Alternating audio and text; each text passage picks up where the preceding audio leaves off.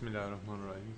Western historians always point to the Ottomans and criticize by saying princes would kill each other for their father's throne. What is the truth regarding this? Well, find a source that describes our history coming from ourselves. If you are going to find out about your own history according to the enemies of our history, our nation, our civilization, never you're going to find anything good in it. They never say anything good about the Ottomans anyway. Never. You pick up any book, never. Subhanallah, really? In that 700 years you can pick one good thing to say about the Ottomans? But they always say good things about the Abbasis. They always say good things about the Umayyas, especially about Cordoba. They always say good things about it. But the Ottomans, you never say anything good. There must be something wrong there. Was there power struggle? Of course there's power struggle going on there. But what is that power struggle for? To collect more of the dunya? Was that why the Ottomans came together and they conquered Constantinople for the dunya? If you are, then you're going to be like that squarehead scholar Imran Hussein, who's saying all these lies and slander about the Khalifas. Saying, I swear that the Hagia Sophia will turn into a church again. I want to give it back to the Balkans. Crazy. Crazy people everywhere. Of course, they may say I'm crazy, but that's okay. I'm not bothered by it. But those people, they're very bothered by it. They're saying, very shameful, the Ottomans are. Very shameful thing, they conquered Istanbul. All this kind of poison, and it's going everywhere. And he's saying, especially, he's challenging the Turks, but the Turks, they are sleeping. He's saying, I especially want to give advice to my Turkish brothers. Spread this everywhere. You got all your history wrong. Yeah. Ottomans, they came, and they are a blight to Islam. They are humiliation to Islam. Of course, his master is telling him that, the Dark Lord. He has to be dark to be saying these things. No connection at all to history or to heavenly stations. No connection if you're saying that. Yeah, of course. If you are going to be supporting nations who are saying, we don't believe in Allah, communist nations, you're going to say that. If you're going to believe and support nations who say, we are cursing to Hazrat Abu Bakr, Umar and Usman, who is still celebrating the assassination of Hazrat Usman, celebrating that, you're going to be saying things like this. Doesn't matter if 20 years you're saying good things, but slowly your reality is going to come out. And whole world is seeing, this is not occult knowledge, by the way. I don't have occult knowledge about him. Check him out on YouTube. He's going to find it there. It is there. So, Ottomans, they came together for what? When they were conquering Istanbul. Because they want to get the praise of the Holy Prophet ﷺ. They want to get the praise. Because Prophet ﷺ is saying, Uncle got very upset with me now. He's following Imran Hussein for years. But it's true. Check him out. You will know. You understand now. He's saying, I cannot even apologize, even if I want to. I'm going to speak. But Prophet is saying, the commander who conquers Istanbul, Constantinople, Constantinia, what a praised commander he is. He is the best of the commanders, and his army is the best of his army. And if you know how the Ottomans, they conquered Istanbul, it is nothing short but karamat and miracle, supported by the saints, by the awliya Allah, supported by the Holy Prophet ﷺ. If you know how Sultan Selim Khan, he walked across the desert that no one has ever done before, going to Egypt to take the Khilafat when everything was People thought he was crazy. Huh? It was so hot. They were about to die. And he got off his horse and he started walking in the burning deserts. And they say, Ya Sultan, our soldiers cannot keep up like this. He says, don't even speak, because Holy Prophet is in front of us. He's in front of me and we have to walk. And they crossed it over. So, there are history behind history. What they say, nice term in college, narrative. What? Meta-narrative.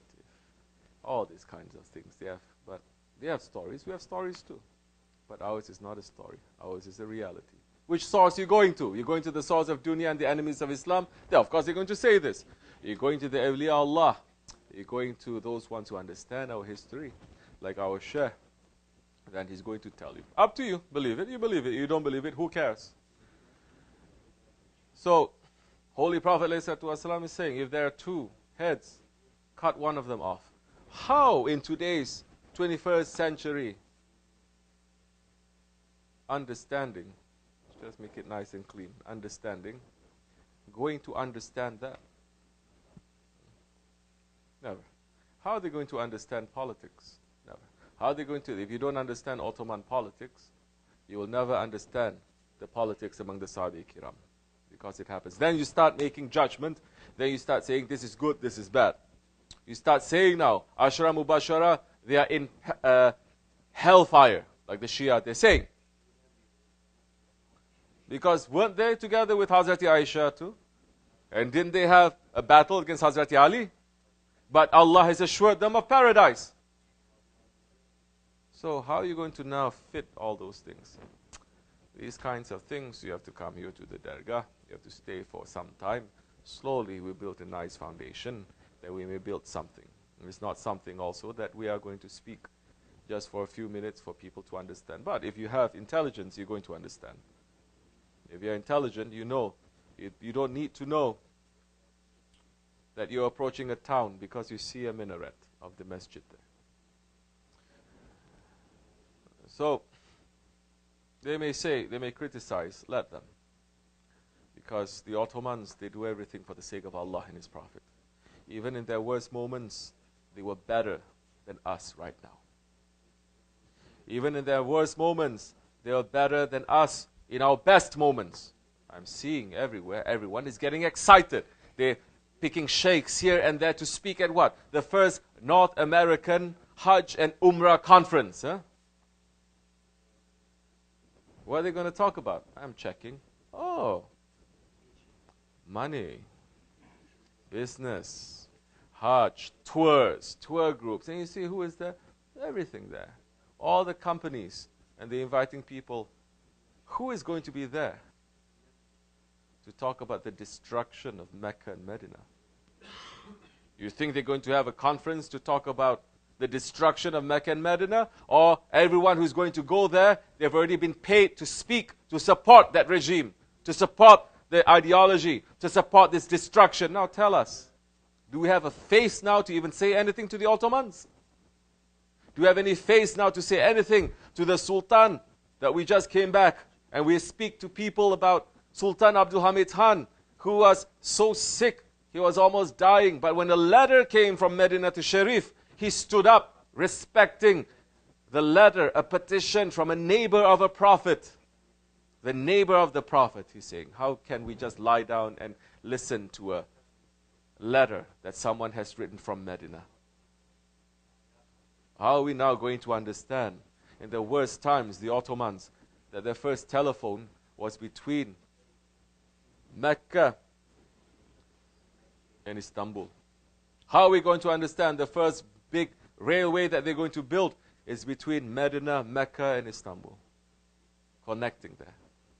Everything was Allah and His Prophet. Everything was Allah and His Prophet. Everything was Allah and His Prophet. That the train that was bringing there, if they come to a certain distance of Medina, the tracks, they are padded. Did you know this? So that it doesn't make noise, disturbing the Prophet. And when the train reaches, and if it has to go back, the Sultan says, you don't ever turn your back to the Prophet. They have one engine here and another engine there. That you're not going to turn it around to leave. That is going to pull you back, and you're still going to face the Prophet. How are we going to understand that? How are we going to understand an empire that they're selecting all the alims and the ulamas and they give fatwa even about street lamps? Yeah? There is nothing in your life that is outside of Islam. Meaning. That is the meaning. But people only know how to talk about Ottoman Empire. Oh, they killed their princess, they do this, mashallah. As if European history is so clean, so saintly, so pure. Mashallah. Then and now. You may say, oh no, that was that time, but now it's better. Really? Really? Really? Wake up. We have Allah and His Prophet, inshallah rahman. And they are the source of our happiness and the source of our niyat, our objective, our intention. Nothing else. As you like again.